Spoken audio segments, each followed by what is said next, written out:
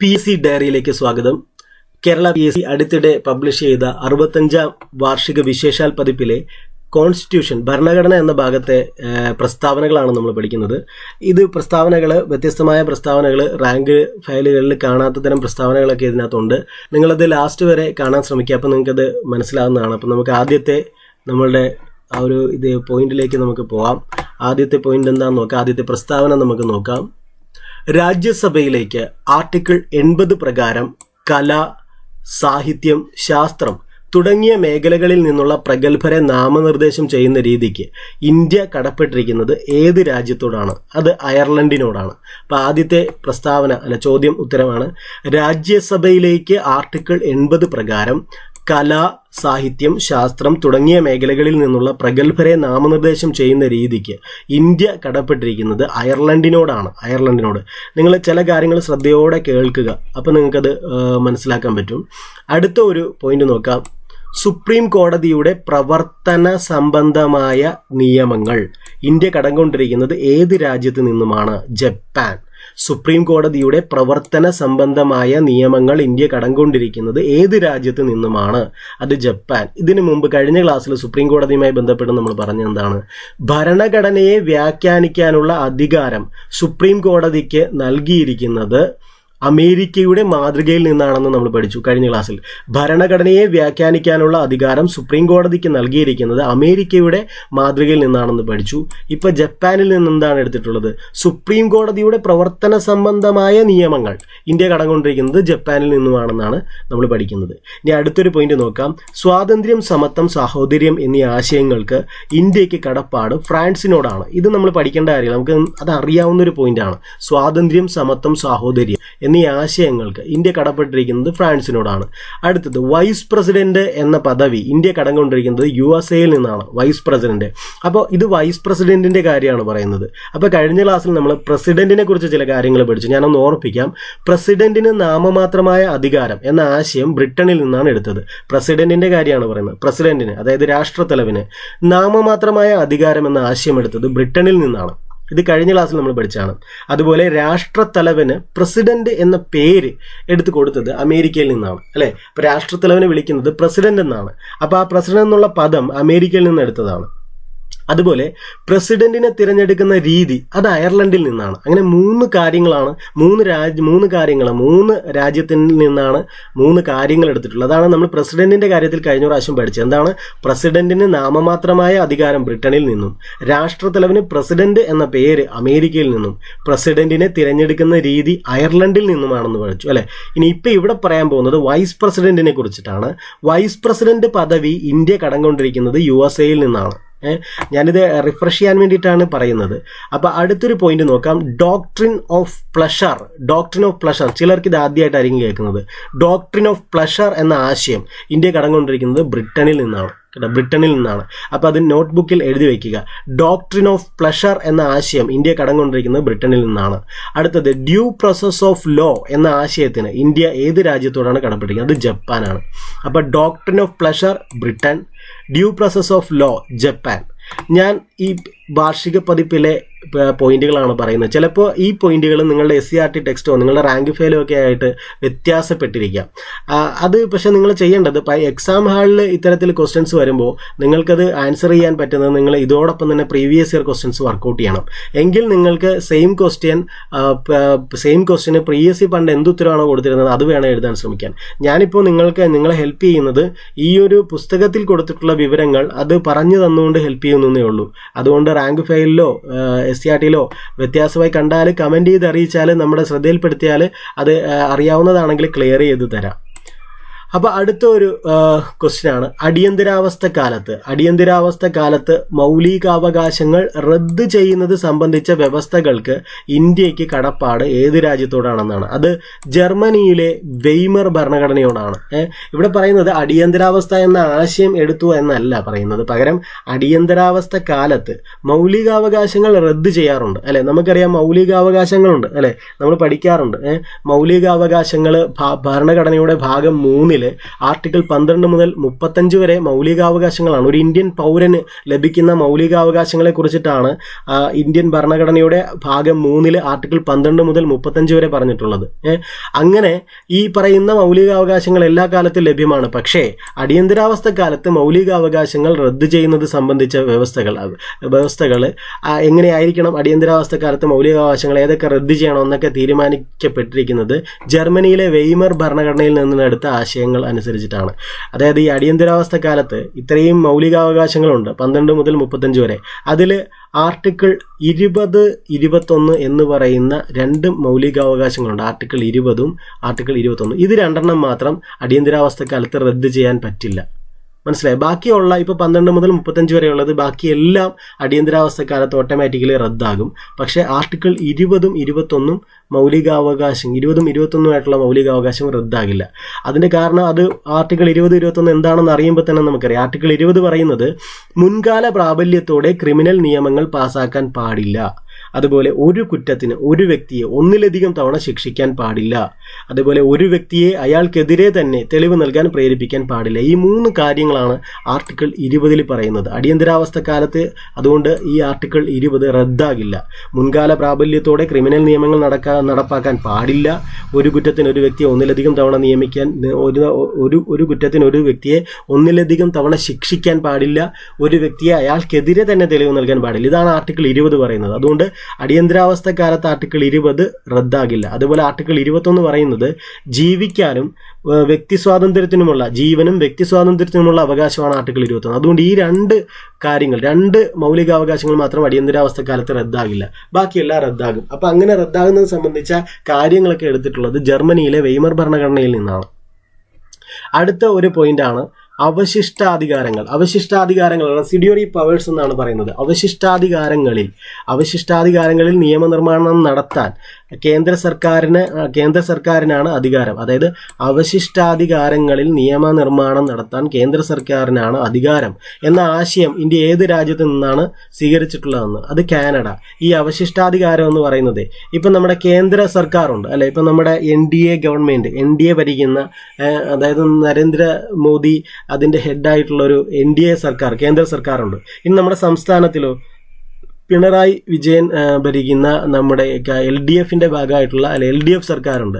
അത് നമ്മുടെ സംസ്ഥാന സർക്കാരുണ്ട് അല്ലേ. അപ്പോൾ പറയുന്നത് ഇപ്പോൾ കേന്ദ്ര ഗവൺമെൻറ്റിന് മാത്രം നിയമനിർമ്മാണം നടത്താൻ കഴിയുന്ന ചില കാര്യങ്ങളൊക്കെ ഉണ്ട്. അതിൽ കേരളത്തിന് നിന്നും ഇടപെടാൻ പറ്റില്ല. കേരള സംസ്ഥാനത്തിന് അല്ലെങ്കിൽ ഒരു സംസ്ഥാനത്തിനും ഇടപെടാൻ പറ്റില്ല. അങ്ങനെ അത്തരം കാര്യങ്ങളാണ്. പിന്നെ RBI, റിസർവ് ബാങ്ക് ഓഫ് ഇന്ത്യയുടെ കാര്യങ്ങളിൽ സംസ്ഥാനത്തിന് ഒന്നും ചെയ്യാനില്ല. അത് കേന്ദ്രമാണ് തീരുമാനിക്കുന്നത്. അതേപോലെ ആണവോർജം, വിദേശകാര്യം, ഇതൊക്കെ തീരുമാനിക്കപ്പെടുന്നത് കേന്ദ്ര സർക്കാരാണ്. പക്ഷെ നമ്മുടെ സ്റ്റേറ്റ് ലിസ്റ്റിൽ വരുന്ന കാര്യങ്ങൾ, ഇപ്പം മദ്യത്തിൻ്റെ കാര്യത്തിൽ നമുക്ക് സ്റ്റേറ്റിന് തീരുമാനം എടുക്കാം. അതേപോലെ പൊതുജനാരോഗ്യം അല്ലെ, നിപ്പ വന്നപ്പോഴും അതേപോലെ കോവിഡ് വന്നപ്പോഴും ഒക്കെ കേരളം അല്ലെങ്കിൽ ഓരോ സ്റ്റേറ്റും അവരുടെ തനതായ രീതിയിൽ അവർക്കത് കൈകാര്യം ചെയ്യാൻ പറ്റും. അപ്പം ചുരുക്കി പറഞ്ഞാൽ ഇത്രയേ ഉള്ളൂ. കേന്ദ്ര സർക്കാരിന് മാത്രം അധികാരമുള്ള ചില കാര്യങ്ങളൊക്കെ ഉണ്ട്. അതേപോലെ തന്നെ സംസ്ഥാന സർക്കാരിന് മാത്രം കൈകാര്യം ചെയ്യാൻ പറ്റുന്ന ചില കാര്യങ്ങളുണ്ട്. അവിടെ കേന്ദ്രത്തിന് കൈകടത്താൻ പറ്റില്ല. ഇനി കേന്ദ്രത്തിനും സംസ്കാരത്തിനും കൂടി രണ്ടുപേരും കൂടി തീരുമാനമെടുത്ത് നടപ്പിലാക്കേണ്ട ചില കാര്യങ്ങളുണ്ട്. ഉദാഹരണത്തിന് നമ്മുടെ വിദ്യാഭ്യാസത്തെ സംബന്ധിച്ച് അതാണല്ലോ ഇപ്പം നമ്മുടെ കസ്തൂരി രംഗൻ റിപ്പോർട്ട് വന്നല്ലോ, നമ്മുടെ പുതിയ വിദ്യാഭ്യാസ രീതി. അത് കേന്ദ്ര സർക്കാർ അവതരിപ്പിക്കുകയാണ്. അത് സംസ്ഥാന സർക്കാരിനും കേന്ദ്ര സർക്കാരിനും കൂടെ യോജിച്ച് തീരുമാനം എടുക്കേണ്ട വിഷയങ്ങളാണ്. രണ്ടിലും കൺകറന്റ് ലിസ്റ്റ് എന്നാണ് അപ്പോൾ ഇതിന് പറയുന്നത്. അപ്പോൾ ആ ലിസ്റ്റുകളെ കുറിച്ച് പറയുമ്പോൾ ഇത് യൂണിയൻ ലിസ്റ്റിന് സ്വതന്ത്ര വിവേചനാധികാരമുള്ള വിഷയങ്ങളാണ് യൂണിയൻ ലിസ്റ്റ് എന്ന് പറയുന്നത്. യൂണിയൻ ലിസ്റ്റ് എന്ന് പറഞ്ഞാൽ കേന്ദ്ര സർക്കാരിന് തീരുമാനങ്ങൾ എടുക്കാൻ പറ്റുന്ന വിഷയങ്ങൾ മാത്രം ഉൾപ്പെടുന്നതാണ് യൂണിയൻ ലിസ്റ്റ് എന്ന് പറയുന്നത്. അതേപോലെ സംസ്ഥാന സർക്കാരുകൾക്ക് തീരുമാനമെടുക്കാൻ പൂർണ്ണ അവകാശം കിട്ടുന്ന ചില വിഷയങ്ങളുണ്ട്. അതാണ് സ്റ്റേറ്റ് ലിസ്റ്റിൽ പെടുത്തിയിട്ടുള്ളത്. ഇനി കേന്ദ്രവും സംസ്ഥാനവും കൂടെ യോജിച്ച് പ്രവർത്തിക്കേണ്ട ചില കാര്യങ്ങളുണ്ട്, ചില വിഷയങ്ങളുണ്ട്. അതാണ് കൺകറന്റ് ലിസ്റ്റ് എന്ന് പറയുന്നത്.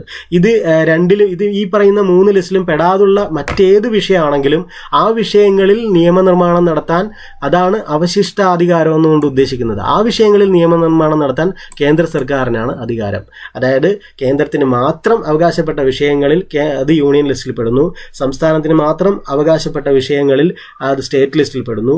സംസ്ഥാനത്തിനും കേന്ദ്രത്തിനും കൂടി തീരുമാനം എടുക്കേണ്ട ചില വിഷയങ്ങൾ, വിദ്യാഭ്യാസം, വനം, വന്യജീവികളുടെയും പക്ഷികളുടെയും സംരക്ഷണം, അളവ് തൂക്ക സമ്പ്രദായം, ഇതൊക്കെ കേന്ദ്രവും സംസ്ഥാനവും ഒരുമിച്ച് തീരുമാനമെടുക്കേണ്ട വിഷയങ്ങളാണ്. അത്തരത്തിലുള്ള വിഷയങ്ങളെ കൺകറന്റ് ലിസ്റ്റിൽ ഉൾപ്പെടുത്തിയിരിക്കുന്നു. ഇത് കൂടാതെ ഇതൊന്നിലും പെടാതെ ഏതെങ്കിലും കാര്യങ്ങളുണ്ടെങ്കിൽ അത് അവശിഷ്ടാധികാരങ്ങൾ എന്ന് പറഞ്ഞിട്ട് റെസിഡ്യൂറി പവേഴ്സ് എന്നും പറഞ്ഞ് കേന്ദ്രത്തിന് നിയമനിർമ്മാണം നടത്താൻ പറ്റും. അപ്പം ഇങ്ങനെ റെസിഡ്യൂറി പവേഴ്സിനെ കുറിച്ചുള്ള അവശിഷ്ടാധികാരങ്ങളിൽ നിയമനിർമ്മാണം നടത്താൻ കേന്ദ്ര സർക്കാരിന് അധികാരം എന്ന ആശയം അത് കാനഡയിൽ നിന്നാണ്. കാനഡ അല്ലേ. പിന്നെ യൂണിയൻ, നേരത്തെ പറഞ്ഞു യൂണിയൻ ലിസ്റ്റ്, സ്റ്റേറ്റ് ലിസ്റ്റ്, അതെന്താണെന്ന് ഇപ്പോൾ പറഞ്ഞു. യൂണിയന് മാത്രം കൈകാര്യം ചെയ്യാൻ പറ്റുന്ന വിഷയങ്ങൾ അത് ആണവോർജം, CBI, RBI, സിനിമ നിർമ്മാണം. നമുക്കറിയാലോ, ഒരു സിനിമ നിർമ്മിച്ചു കഴിഞ്ഞാൽ സെൻസർ ബോർഡാണ് അതിന് അനുമതി കൊടുക്കുന്നത്. സെൻസർ ബോർഡ് അനുമതി കൊടുക്കുക. അപ്പോൾ സെൻസർ ബോർഡ് യൂണിയൻ ലിസ്റ്റിൽ വരുന്നതാണ്. കേന്ദ്രത്തിന്റെ അധീനതയിലാണ് സെൻസർ ബോർഡ് വരുന്നത്. അപ്പോൾ ഈ പറഞ്ഞ കാര്യങ്ങളൊക്കെ യൂണിയൻ ലിസ്റ്റിൽ വരുന്നു. ഇനി സ്റ്റേറ്റ് ലിസ്റ്റിൽ വരുന്നത് പൊതുജനാരോഗ്യം, മദ്യം, തദ്ദേശ സ്വയംഭരണം, മത്സ്യബന്ധനം, ഇതൊക്കെ സ്റ്റേറ്റ് ലിസ്റ്റിലാണ് വരുന്നത് അല്ലെ. നമ്മുടെ പഞ്ചായത്ത്, ബ്ലോക്ക്, അതേപോലെ ജില്ലാ ഭരണകൂടം, അതിൻ്റെയൊക്കെ കാര്യങ്ങളൊക്കെ സ്റ്റേറ്റ് ലിസ്റ്റിലാണ് തീരുമാനം എടുക്കുന്നത്. അപ്പോൾ ഇതാണ് യൂണിയൻ ലിസ്റ്റ്, സ്റ്റേറ്റ് ലിസ്റ്റ് എന്ന് പറയുന്നത്.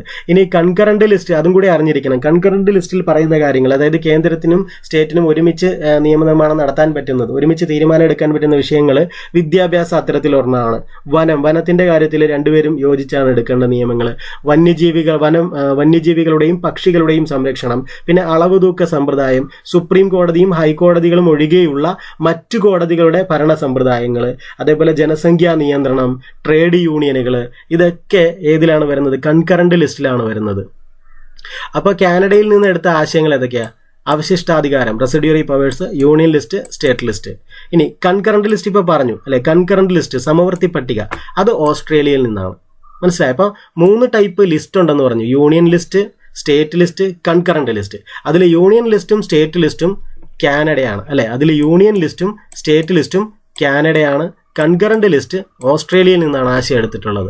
റെസിഡ്യൂറി പവേഴ്സ്, ഇതിലൊന്നും പെടാത്ത കാര്യങ്ങൾ തീരുമാനം എടുക്കുന്നതും കാനഡയിൽ നിന്നാണ് ആശയം എടുത്തിട്ടുള്ളത്. ക്ലിയർ ആയെന്ന് വിചാരിക്കുന്നു. ഈ ക്ലാസ് എനിക്ക് തോന്നുന്നു ഈ പുസ്തകത്തിലെ ക്ലാസ്സുകൾ എടുത്തു പോകുമ്പോൾ ഒരു കുഴപ്പമെന്ന് പറയുന്നത് ബേസിക് അറിയാവുന്നവർക്ക് ഇതൊക്കെ എളുപ്പമാണ്. അല്ലെങ്കിൽ നമ്മൾ ബേസിക് കൂടി പറഞ്ഞു പോകേണ്ടി വരും. ഇത് ജസ്റ്റ് വെറുതെ വായിച്ചു വിട്ടാൽ ചിലർക്കൊന്നും ഐഡിയ കിട്ടത്തില്ല. അതുകൊണ്ടാണ് അങ്ങനെ പറയുന്നത്. കുറച്ചെങ്കിലും ആൾക്കാർക്ക് മനസ്സിലായിട്ടുണ്ടെന്ന് വിചാരിക്കുന്നു. അടുത്തത് ശക്തമായ കേന്ദ്രത്തോടു കൂടിയ ഫെഡറേഷൻ. അതിൽ ലിസ്റ്റിനെ കുറിച്ച് എന്തായാലും അത്രയും പറഞ്ഞ സ്ഥിതിക്ക് ഒന്നുകൂടി പറയാം. ഈ ലിസ്റ്റുകൾ, state list, union list, concurrent list, അത് 11ാം ഭാഗത്തിൽ, നമ്മുടെ ഭരണഘടനയുടെ 11ാം ഭാഗത്തിൽ 7ാം പട്ടികയിൽ ആണ് ഉൾപ്പെടുത്തിയിട്ടുള്ളത്.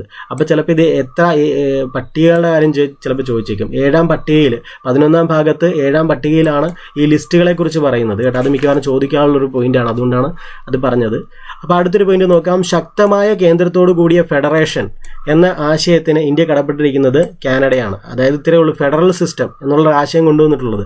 ഫെഡറേഷൻ അല്ലെ, ഫെഡറൽ സിസ്റ്റം എന്നൊരു ആശയം കാനഡയിൽ നിന്നാണ്. ശക്തമായ കേന്ദ്രത്തോടു കൂടിയ ഫെഡറേഷൻ എന്ന ആശയത്തിന് ഇന്ത്യ കടപ്പെട്ടിരിക്കുന്നത് കാനഡയോടാണ്. അപ്പോൾ കാനഡയോട് നമുക്ക് ഒന്നുകൂടെ ഒന്ന് പറഞ്ഞേക്കാം. കാനഡയിൽ നിന്നും എടുത്ത കാര്യങ്ങളെന്ന് പറയുന്നത് അവശിഷ്ടാധികാരങ്ങൾ അല്ലേ. കാനഡയിൽ നിന്നും എടുത്ത കാര്യങ്ങൾ നമുക്കൊന്നുകൂടെ ഒന്ന് പഠിക്കാം. കാനഡയിൽ നിന്നും എടുത്ത കാര്യങ്ങൾ എന്തൊക്കെയാണെന്ന് നോക്കാം.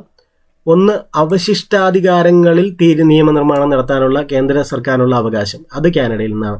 യൂണിയൻ ലിസ്റ്റ്, സ്റ്റേറ്റ് ലിസ്റ്റ് അല്ലേ. പിന്നെ ഇപ്പോൾ പഠിച്ച ശക്തമായ കേന്ദ്രത്തോടു കൂടിയ ഫെഡറേഷൻ സംവിധാനം അല്ലെ, ഫെഡറേഷൻ എന്ന ആശയം, ഇതൊക്കെ കാനഡയിൽ നിന്നാണ്. കൺകറന്റ് ലിസ്റ്റ് ഓസ്ട്രേലിയയിൽ നിന്നാണ്. ക്ലിയർ ആയെന്ന് വിചാരിക്കുന്നു. അടുത്തത് ഗവർണർ പദവി.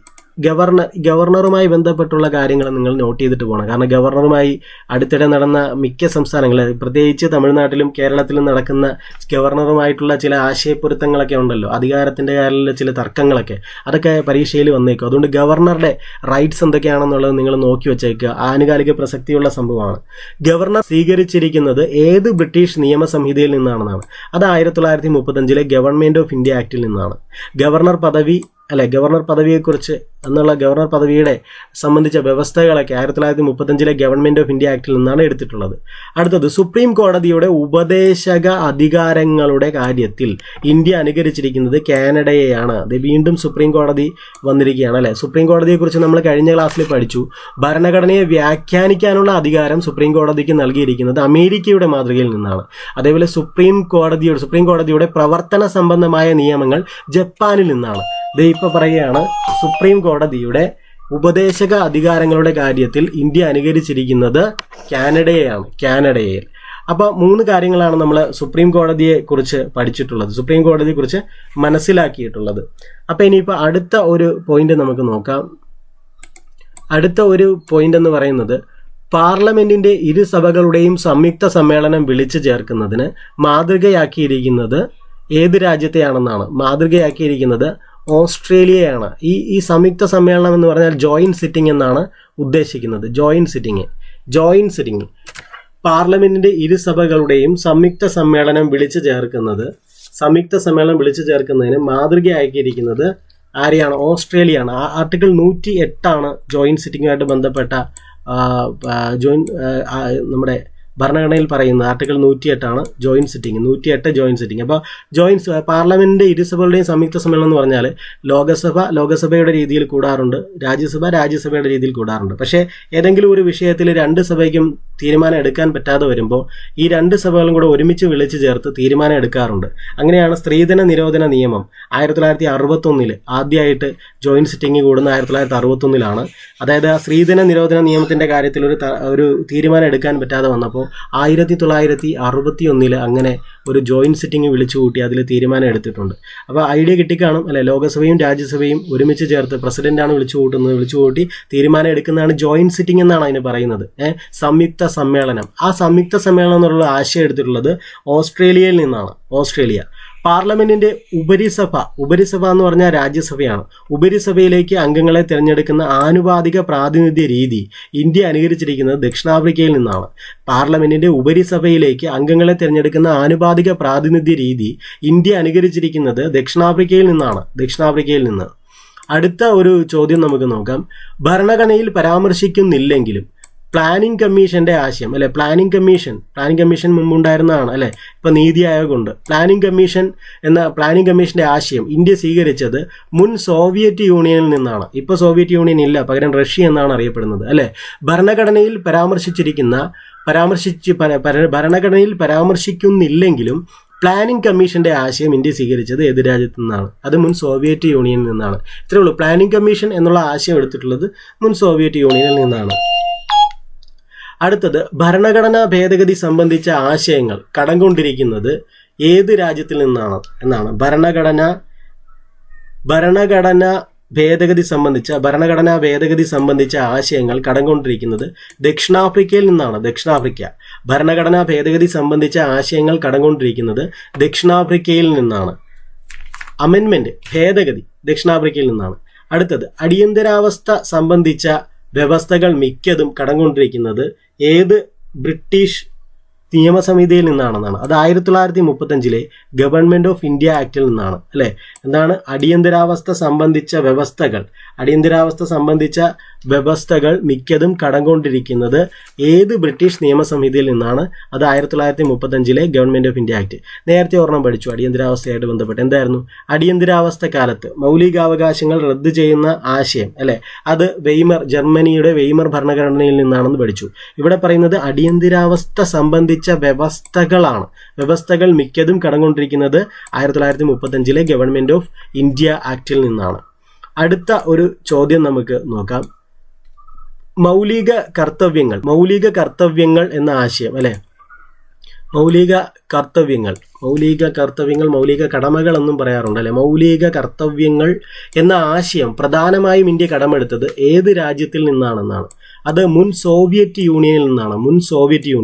മൗലിക കർത്തവ്യങ്ങൾ എന്ന ആശയം പ്രധാനമായും ഇന്ത്യ കടമെടുത്തത് മുൻ സോവിയറ്റ് യൂണിയനിൽ നിന്നാണ്. അടുത്തൊരു പ്രസ്താവന നമുക്ക് നോക്കാം. രാജ്യത്തിനകത്ത് സംസ്ഥാനങ്ങൾ തമ്മിൽ വാണിജ്യത്തിനും വ്യാപാരത്തിനും സ്വാതന്ത്ര്യം, ഉടമ്പടികൾ നടപ്പാക്കാനുള്ള നിയമനിർമ്മാണം നടത്താൻ കേന്ദ്രത്തിന് അധികാരം എന്നീ ആശയങ്ങൾ സ്വീകരിച്ചിരിക്കുന്നത് ഓസ്ട്രേലിയയിൽ നിന്നാണ്. അതായത് രാജ്യത്തിനകത്ത് സംസ്ഥാനങ്ങൾ തമ്മിൽ വാണിജ്യത്തിനും വ്യാപാരത്തിനുമുള്ള സ്വാതന്ത്ര്യം, ഉടമ്പടികൾ നടപ്പാക്കാനുള്ള നിയമനിർമ്മാണം നടത്താൻ കേന്ദ്രത്തിന് അധികാരം എന്നീ ആശയങ്ങൾ സ്വീകരിച്ചിരിക്കുന്നത് എന്താണ് ഓസ്ട്രേലിയയിൽ നിന്ന്. അപ്പോൾ ആ ഒരു ടോപ്പിക്ക് കഴിഞ്ഞു. ഇനി അതൊരു ബേസിക് ആയിട്ടുള്ള സംഗതികളായിരുന്നു. അതായത് നമ്മുടെ ഭരണഘടന കടം കൊണ്ട ആശയങ്ങളെക്കുറിച്ചിട്ടാണ് നമ്മളിപ്പോൾ പഠിച്ചത്. ഇനി നിങ്ങളൊന്ന് റിഫ്രഷ് ചെയ്യണം. ഇതിൻ്റെ ആദ്യത്തെ ക്ലാസ്സിൻ്റെ പരീക്ഷ നമ്മൾ നടത്തിയിട്ടില്ല, രണ്ടും കൂടെ ചേർത്തിട്ട് ടെലഗ്രാമിൽ നമ്മൾ പരീക്ഷ നടത്തുന്നുണ്ട്. അപ്പോൾ നിങ്ങൾ ടെലഗ്രാമിലേക്ക് വരിക, ടെലഗ്രാമിൽ പരീക്ഷ എഴുതുക, നിങ്ങൾക്കതൊരു റിഫ്രഷ്മെൻ്റ് ആയിരിക്കും. ഇനി നമ്മൾ പഠിക്കാൻ പോകുന്നത് ഭരണഘടനാ നിർമ്മാണ സഭയെക്കുറിച്ചിട്ടാണ്. ഭരണഘടനാ നിർമ്മാണ സഭയെക്കുറിച്ച് ഈ പുസ്തകത്തിൽ കൊടുത്തിട്ടുള്ള പോയിന്റുകളൊക്കെ വായിക്കുന്നതിന് മുമ്പ് ഒരു ബേസിക് ഐഡിയ നമ്മളുണ്ടെങ്കിൽ ഇത് നമുക്ക് മനസ്സിലാകത്തുള്ളൂ. കാരണം ഇതിനകത്ത് കുറേ ഡിജിറ്റുകളാണ് ഇവിടെ കൊടുത്തിരിക്കുന്നത്, 389, 296, 292 അങ്ങനെ. അപ്പോൾ അതിന് ആ ഒരു ബേസിക് ഐഡിയ തന്നിട്ട് നമുക്ക് അതിലേക്ക് കിടക്കാം. ഈ ഭരണഘടനാ നിർമ്മാണ സഭ അല്ലെ, അതാണ് നമ്മൾ പഠിക്കാൻ പോകുന്ന ടോപ്പിക്ക്. ഇന്ത്യ സ്വതന്ത്രമാകുമ്പോൾ ഇന്ത്യക്കൊരു ഭരണഘടന ഉണ്ടായിരിക്കണം എന്നൊരാശയം ഇന്ത്യ സ്വതന്ത്രമാകുന്നതിന് മുമ്പ് തന്നെ രൂപപ്പെട്ടിരുന്നു. അതായത് ഇന്ത്യ സ്വതന്ത്രമാകുമ്പോൾ ഒരു ഭരണഘടന ഉണ്ടായിരിക്കണം, ആ ഭരണഘടനയെ അടിസ്ഥാനമാക്കി ആയിരിക്കണം ഭാവിയിൽ ഇന്ത്യ പ്രവർത്തിക്കേണ്ടത് എന്നൊരാശയങ്ങൾ ആദ്യമേ രൂപപ്പെട്ടു. അപ്പോൾ അതിൻ്റെ അടിസ്ഥാനത്തിൽ ഒരു ഭരണഘടനാ നിർമ്മാണ സഭ രൂപീകരിക്കുന്നുണ്ട്. ഭരണഘടനാ നിർമ്മാണ സഭ രൂപീകരിക്കുന്നത് ഒരു ഭരണഘടന, ഇന്ത്യ സ്വതന്ത്രമാകുമ്പോൾ ഇന്ത്യക്ക് ഒരു ഭരണഘടന ഉണ്ടാക്കുന്നതിന് വേണ്ടിയിട്ടാണ് ഭരണഘടനാ നിർമ്മാണ സഭ രൂപീകരിക്കുന്നത്. അപ്പോൾ ഇങ്ങനെ ഇന്ത്യക്ക് വേണ്ടി ഭരണഘടന തയ്യാറാക്കുന്നതിനായി ഒരു ഭരണഘടനാ നിർമ്മാണ സഭ രൂപവൽക്കരിക്കണം എന്ന ആശയം അവതരിപ്പിച്ച പാർട്ടി എന്ന് പറയുന്നത് സ്വരാജ് പാർട്ടിയാണ്. സ്വരാജ് പാർട്ടി ഇത് 1923 ഇങ്ങനെ ഒരു ആവശ്യം പറയുന്നത്. അങ്ങനെ ആവശ്യപ്പെട്ട പാർട്ടി ഏതെന്ന് ചോദിച്ചു കഴിഞ്ഞാൽ അത് സ്വരാജ് പാർട്ടിയാണ്. ഇവർ ആവശ്യപ്പെടുന്ന വർഷം നോട്ട് ചെയ്യുക, അത് 23. എന്താണ് ഇവർ ആവശ്യപ്പെടുന്നത്? ഇന്ത്യക്ക് വേണ്ടി ഭരണഘടന തയ്യാറാക്കുന്നതിനായി ഒരു ഭരണഘടനാ നിർമ്മാണ സഭ രൂപവൽക്കരിക്കണം എന്ന ആശയം അവതരിപ്പിച്ച പാർട്ടിയാണ് സ്വരാജ് പാർട്ടി 1923. ഇനി അടുത്ത ശ്രദ്ധിക്കേണ്ടത്, ഇന്ത്യക്കൊരു ഭരണഘടനാ അസംബ്ലി എന്ന ആശയം 1934 മുന്നോട്ട് വെച്ച വ്യക്തി ആരെന്ന് ചോദിച്ചാൽ അത് MN റോയി ആണ്. MN റോയി ആണ് ഇങ്ങനെ ഒരു ആവശ്യം മുന്നോട്ട് വെച്ച വ്യക്തി. അപ്പോൾ ആദ്യം പറയുകയാണ് അല്ലെ, ഒരു ഭരണഘടനാ നിർമ്മാണ സഭ, ഇന്ത്യക്കൊരു ഭരണഘടന ഉണ്ടാക്കുന്നതിന് വേണ്ടിയിട്ട് ഒരു ഭരണഘടനാ നിർമ്മാണ സഭ വേണമെന്ന ആവശ്യം ആദ്യമായി മുന്നോട്ട് വെച്ച പാർട്ടി ഏതെന്ന് ചോദിച്ചാൽ അത് സ്വരാജ് പാർട്ടി 1923. ഇനി ഇങ്ങനെ ഒരു ആവശ്യം വേണമെന്ന ആശയം മുന്നോട്ട് വെച്ച വ്യക്തി ആരെന്ന് ചോദിച്ചാൽ അത് MN റോയി 1934. ഇനി ഇന്ത്യക്കൊരു ഭരണഘടനാ അസംബ്ലി വേണം എന്ന നിലപാട് കോൺഗ്രസ് പാർട്ടി, അതായത് ഇന്ത്യൻ നാഷണൽ കോൺഗ്രസ് പാർട്ടി ഔദ്യോഗികമായി സ്വീകരിച്ചത് 1935 മീറ്റിങ്ങിലാണ്. 35 മനസ്സിലായി. അപ്പോൾ എന്താണ് വ്യത്യാസം മനസ്സിലായല്ലോ. ഈ ഭരണഘടന നിർമ്മിക്കുന്നതിന് വേണ്ടിയിട്ട് ഒരു ഭരണഘടനാ നിർമ്മാണ സഭ വേണമെന്നുള്ള ആവശ്യം ആദ്യമായി ആവശ്യപ്പെട്ട പാർട്ടി സ്വരാജ് പാർട്ടി 1923, അതേപോലെ ആവശ്യപ്പെട്ട വ്യക്തി MN റോയി 1934. 1935 ആയപ്പോഴത്തേക്കും ഇന്ത്യൻ നാഷണൽ കോൺഗ്രസ് ഇങ്ങനെയുള്ള ഒരു ആവശ്യം കോൺഗ്രസ് പാർട്ടി ഔദ്യോഗികമായി സ്വീകരിച്ചത് 1935. ഇതാണ് അതിൻ്റെ ബേസിക് എന്ന് പറയുന്നത്. എന്നിട്ട് ഇതിന് ശേഷം ഭരണഘടന നിർമ്മിക്കുന്നതിന് വേണ്ടിയിട്ട് ഒരു ക്യാബിനറ്റ് മിഷൻ അവതരിപ്പിക്കപ്പെടുന്നുണ്ട്. അങ്ങനെ ക്യാബിനറ്റ് മിഷന്റെ നിർദ്ദേശത്തെയൊക്കെ തുടർന്നിട്ട് അപ്പോഴുണ്ടായിരുന്ന, അതായത് ഇന്ത്യ സ്വതന്ത്രമാകുന്നതിന് മുമ്പുള്ള ബ്രിട്ടീഷ് ഇന്ത്യയിലെ പല ഭാഗങ്ങളിൽ നിന്നും 389 പേരെയാണ് ഇന്ത്യൻ ഭരണഘടനാ നിർമ്മാണ സഭയിലേക്ക് തിരഞ്ഞെടുത്തിട്ടുള്ളത്. അതായത് അങ്ങനെ ഇവരുടെയൊക്കെ ആവശ്യം സ്വീകരിക്കപ്പെട്ടു. ഒരു ഭരണഘടനാ നിയമനിർമ്മാണ സഭ രൂപീകരിച്ചു. ആ ഭരണഘടനാ നിയമനിർമ്മാണ സഭയിലേക്ക് ആ ബ്രിട്ടീഷ് ഇന്ത്യയുടെ പല ഭാഗങ്ങളിൽ നിന്നുള്ള 389 പേർ അതിലേക്ക് വന്നു. ഭരണഘടനാ നിയമനിർമ്മാണ സഭയിലേക്ക് തിരഞ്ഞെടുക്കപ്പെട്ടു. അപ്പോൾ ഇനിയാണ് നമ്മൾ ആ ഡിജിറ്റിൻ്റെ കാര്യങ്ങളൊക്കെ അറിഞ്ഞിരിക്കണം. അതൊക്കെ ഈ പരീക്ഷകൾ ഇച്ചിരി ടഫാക്കണമെന്നുണ്ടെങ്കിൽ ഇതേപോലെ ഡിജിറ്റ് ചോദിച്ചു കഴിഞ്ഞാൽ പലർക്കും പാടായിരിക്കും ഓർത്തിരിക്കാൻ. അത് പഠിക്കാൻ ഞാനതിൻ്റെ ബേസിക് പറഞ്ഞുതരാം. നിങ്ങളത് കാര്യങ്ങൾ അറിഞ്ഞിരുന്നാൽ നിങ്ങൾക്ക് എളുപ്പമായിരിക്കും. അപ്പോൾ ഇത്രയേ ഉള്ളൂ. ഇപ്പോൾ നമ്മൾ പറഞ്ഞല്ലോ, ഭരണഘടനാ നിയമനിർമ്മാണ സഭ രൂപീകരിക്കപ്പെട്ടു.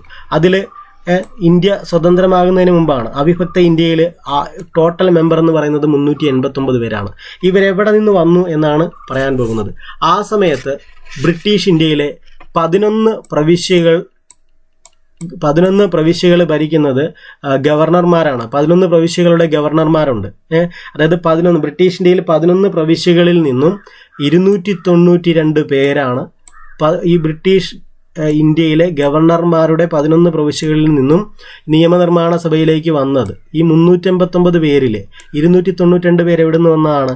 അതായത് ബ്രിട്ടീഷ് ഇന്ത്യയിലെ ഗവർണർമാരുടെ അണ്ടറിലുള്ള 11 പ്രവിശ്യകളിൽ നിന്നാണ് ഈ 292 പേർ വന്നത്. ഇനി ചീഫ് കമ്മീഷണറുടെ അണ്ടറിലുണ്ടായിരുന്ന ഡൽഹി, അജ്മീർ, മെർവാറ, കൂർഗ്, ബലൂചിസ്ഥാൻ എന്നീ 4 പ്രവിശ്യകളിൽ നിന്നും 4 പേര് ഓരോ ഇതിനെ സംബന്ധിച്ച് പ്രതിനിധീകരിച്ച് 4 പേര് വന്നു. അതാണ് നോക്കണം, ബ്രിട്ടീഷ് ഇന്ത്യയിൽ ഗവർണർമാരുടെ അണ്ടറിലുണ്ടായിരുന്ന 11 പ്രവിശ്യകളിൽ നിന്നും 292 പേരും ചീഫ് കമ്മീഷണർമാരുടെ 4 ചീഫ് കമ്മീഷണർമാരുണ്ടായിരുന്നു. 4 ചീഫ് കമ്മീഷണർമാരുടെ അണ്ടറിലുണ്ടായിരുന്ന 4 പ്രവിശ്യകളിൽ നിന്നും 4 പേരും ഈ കമ്മിറ്റിയിലേക്ക് വന്നു. അങ്ങനെ ഇപ്പം എത്ര പേരായി നോക്കിയാൽ 296 പേര് ബ്രിട്ടീഷ് ഇന്ത്യയെ പ്രതിനിധീകരിച്ച് 296 പേര് വന്നു. ഇനി നോക്കുക, 389 നിന്നും 296 പോയാൽ പിന്നെ 93 പേരാണ് ഉള്ളത്. ആ 93 പേര് എവിടെ നിന്നാണ് വന്നത്? ഇവർ നാട്ടുരാജ്യങ്ങളിൽ നിന്നുമാണ്. ആ ബ്രിട്ടീഷ് ഇന്ത്യയിൽ ആ സമയത്തുണ്ടായിരുന്ന നാട്ടുരാജ്യങ്ങളിൽ നിന്നുമാണ് ഈ പറയുന്ന 93 പേര് വന്നത്. ഇങ്ങനെയാണ് 389 എന്നുള്ള ആ ഒരു അംഗസംഖ്യയിലേക്ക് എത്തിയത്. ഇപ്പം കാര്യങ്ങൾ ക്ലിയർ ആയെന്ന് വിചാരിക്കുന്നു. ഒന്നുകൂടെ ഒന്ന് പറയാം. 389 ഒന്നുകൂടെ ഒന്ന് പറയാം. അവിഭക്ത ഇന്ത്യയിൽ, അതായത് സ്വാതന്ത്ര്യം കിട്ടുന്നതിന് മുമ്പ്, ഇന്ത്യ വിഭജിക്കുന്നതിന് മുമ്പ് ഭരണഘടനാ നിർമ്മാണ സഭയിൽ തിരഞ്ഞെടുക്കപ്പെട്ട അംഗങ്ങൾ 389 പേരാണ്. ബ്രിട്ടീഷ് ഇന്ത്യയിലെ 11 പ്രവിശ്യകളിൽ നിന്നും, ഗവർണർമാരുടെ അണ്ടറിലുണ്ടായിരുന്ന 11 പ്രവിശ്യകളിൽ നിന്നും 292 പേരും ചീഫ് കമ്മീഷണർമാരുടെ പ്രവിശ്യകളിൽ നിന്നും 4 പേരും ചേർത്തിട്ട് 296 പേര് അങ്ങനെ വന്നു. അതുകൂടാതെ 93 പേര് നാട്ടുരാജ്യങ്ങളിൽ നിന്നും വന്നു. അങ്ങനെ 296ഉം 93ഉം കൂടെ ചേർത്തിട്ട് 389 പേരാണ് ഭരണഘടനാ നിർമ്മാണ സഭയിൽ നമ്മുടെ വിഭജനത്തിന് മുമ്പ് ഉണ്ടായിരുന്നത്. അപ്പോൾ ഈ കൂട്ടത്തിൽ 389 പേരിൽ 17 പേര് വനിതകളായിരുന്നു. 17 പേര്, ഈ 389 പേരിൽ 17 പേർ വനിതകളായിരുന്നു. 17 പേർ. ഇത്രയും ക്ലിയർ ആയല്ലോ. ഇനി ഇന്ത്യ വിഭജനത്തിന് ശേഷം കുറേ ഭാഗങ്ങൾ പാകിസ്ഥാനിലേക്ക് പോയി, അല്ലെ? കുറേ ഭാഗങ്ങൾ പാകിസ്ഥാനിലായി. അപ്പോൾ സ്വാഭാവികമായും 389 എന്നുള്ള ഈ ഒരു ഡിജിറ്റിൽ നിന്നും കുറേ പേര് പോയിട്ടുണ്ടാവും. അങ്ങനെ എണ്ണം 299 മാറി. അതായത് സ്വാതന്ത്ര്യത്തിന് നമ്മുടെ ഇന്ത്യ വിഭജനത്തിന് ശേഷം ഭരണഘടനാ നിർമ്മാണ സഭയിലെ അംഗങ്ങൾ എത്ര പേരായിട്ട് കുറഞ്ഞു? 299 കുറഞ്ഞു. ഈ 299 വന്നത് നേരത്തെ പറഞ്ഞതുപോലെ ഗവർണറുടെ പ്രവിശ്യയിൽ നിന്നും 226 പേര്, അതേപോലെ ചീഫ് കമ്മീഷണറുടെ പ്രവിശ്യയിൽ നിന്നും 3 പേര്, നേരത്തെ 4 പേരായിരുന്നു, അല്ലേ? ആ ബലൂചിസ്ഥാൻ എന്നുള്ളത് പാകിസ്ഥാൻ്റെ കൂടെ ചേർക്കപ്പെട്ടപ്പോൾ ഒരാൾ അങ്ങോട്ട് പോയി, അങ്ങനെ 4 ആയിട്ട് കുറഞ്ഞു. അങ്ങനെ 226ഉം 3ഉം കൂടെ 229 പേര്. അതായത് ഇപ്പോൾ നോക്കണം, ഇന്ത്യ വിഭജനത്തിന് ശേഷം ആകെക്കൂടെയുള്ളത് 299 പേരാണ്. അതിൽ ഗവർണറുടെയും ചീഫ് കമ്മീഷണറുടെയും പ്രവിശ്യകളിൽ നിന്നും 229 പേര്, അല്ലേ? അപ്പോൾ 229ഉം 299 നിന്നും 229 പോയാൽ പിന്നെ 70 പേരാണുള്ളത്. ഈ 70 പേരാണ് ആ സമയത്തുണ്ടായിരുന്ന നാട്ടുരാജ്യങ്ങളിൽ നിന്നും നാട്ടുരാജ്യങ്ങളെ പ്രതിനിധീകരിച്ച് വന്നിരുന്നത്. അങ്ങനെയാണ് 299 ആയത്. അപ്പോൾ വിഭജനത്തിന് ശേഷം 299 പേരെ ഭരണഘടനാ നിർമ്മാണ സഭയിലുള്ളൂ. അതിൽ 15 പേര് സ്ത്രീകളായിരുന്നു, അല്ലെ? 389 ഉണ്ടായിരുന്നപ്പോൾ 17 പേര് സ്ത്രീകളായിരുന്നു. 299 ആയപ്പോൾ 15 പേര് സ്ത്രീകളായിരുന്നു. ഇതാണ് ബേസിക് ഐഡിയ എന്ന് പറയുന്നത്. ഇനി ഇത്രയും ക്ലിയർ ആയെന്ന് വിശ്വസിക്കുന്നു.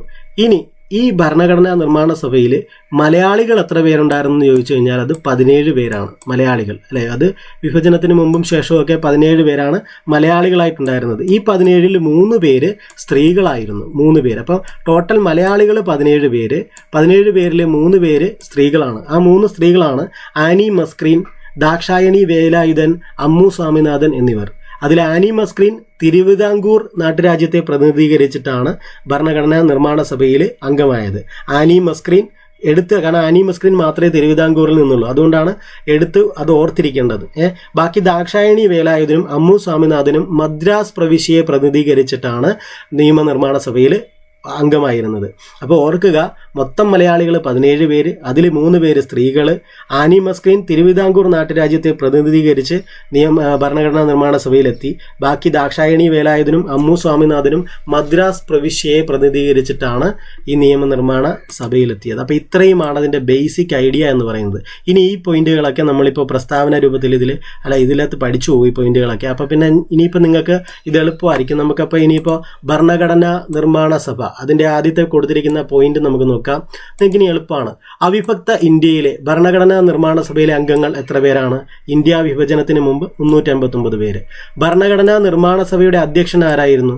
അത് രാജേന്ദ്ര പ്രസാദ് ആണ്. അധ്യക്ഷൻ രാജേന്ദ്ര പ്രസാദ്. ഇനി ഭരണഘടനാ നിർമ്മാണ സഭയിലെ ഇങ്ങനെ അധ്യക്ഷൻ വന്ന കഥയും അതേപോലെ ലക്ഷ്യപ്രമേയം അവതരിപ്പിച്ചു, അതൊക്കെ നമുക്ക് പഠിക്കാനുണ്ട്. അത് ഞാൻ പുറകെ പറഞ്ഞുതരാം. അത് അടുത്ത പേജിൽ നമ്മൾ പഠിക്കുമ്പോൾ നമുക്കത് പഠിക്കാം. അപ്പോൾ ഇവിടെ ഞാനിപ്പോൾ പറഞ്ഞ കാര്യങ്ങളാണ്. ഇനിയിപ്പോൾ നമുക്ക് എളുപ്പമാണ് ഇത് വായിച്ചു പോകാൻ വേണ്ടിയിട്ട്. വായിച്ചു വിട്ടാൽ മതിയാവും. നോക്കണം, പാകിസ്ഥാന് പ്രത്യേക ഭരണഘടനാ നിർമ്മാണ സഭ രൂപവൽക്കരിച്ച തീയതി 1947 ജൂൺ 3 പാകിസ്ഥാന് പ്രത്യേക ഭരണഘടനാ നിർമ്മാണ സഭ രൂപവൽക്കരിച്ച തീയതി 1947 ജൂൺ 3 അവിഭക്ത ഇന്ത്യയിലെ ഭരണഘടനാ നിർമ്മാണ സഭയിൽ ബ്രിട്ടീഷ് ഇന്ത്യയെ പ്രതിനിധാനം ചെയ്തവരുടെ എണ്ണം 296 ഈ 296 എങ്ങനെ വന്നു എന്ന് ഞാൻ പറഞ്ഞു അല്ലേ. 11 ബ്രിട്ടീഷ് ഗവർണറുടെ 11 പ്രവിശ്യകളിൽ നിന്നുള്ള അത്രയും പേരല്ലേ, പ്രവിശ്യകളിൽ നിന്നുള്ള 292 പിന്നെ ചീഫ് കമ്മീഷണറുടെ 4 പേരും ചേർത്തിട്ടാണ് 296 വന്നതെന്ന് ഞാൻ പറഞ്ഞു. അതുകൊണ്ട് നിങ്ങൾക്ക് ഇവിടെ എളുപ്പമാണ്. ഇനി ഭരണഘടനാ നിർമ്മാണ സഭയിൽ വിഭജനത്തിന് മുമ്പ് ഗവർണേഴ്സ് പ്രവിശ്യകളിൽ നിന്ന് എത്ര പേരാണ് ഉണ്ടായിരുന്നത്? 292 പേർ.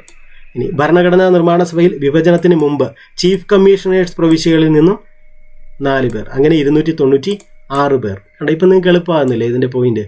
ഇനി അടുത്തത്, ഭരണഘടനാ നിർമ്മാണ സഭയിൽ ഇന്ത്യ വിഭജനത്തിന് മുമ്പ് നാട്ടുരാജ്യങ്ങളിൽ നിന്ന് 93 പേർ. കണ്ടോ, ഇപ്പം എളുപ്പമായി. അവിഭക്ത ഇന്ത്യൻ ഭരണഘടനാ നിർമ്മാണ സഭയിലേക്ക് അംഗങ്ങളെ അയച്ച ചീഫ് കമ്മീഷണേഴ്സ് പ്രൊവിൻസുകൾ ഏതെല്ലാം എന്നാണ്? അത് ഡൽഹി, അജ്മീർ, മെർവാറ, കൂർഗ്, ബലൂചിസ്ഥാൻ. ഈ 4 പ്രവിശ്യകൾ അല്ലേ.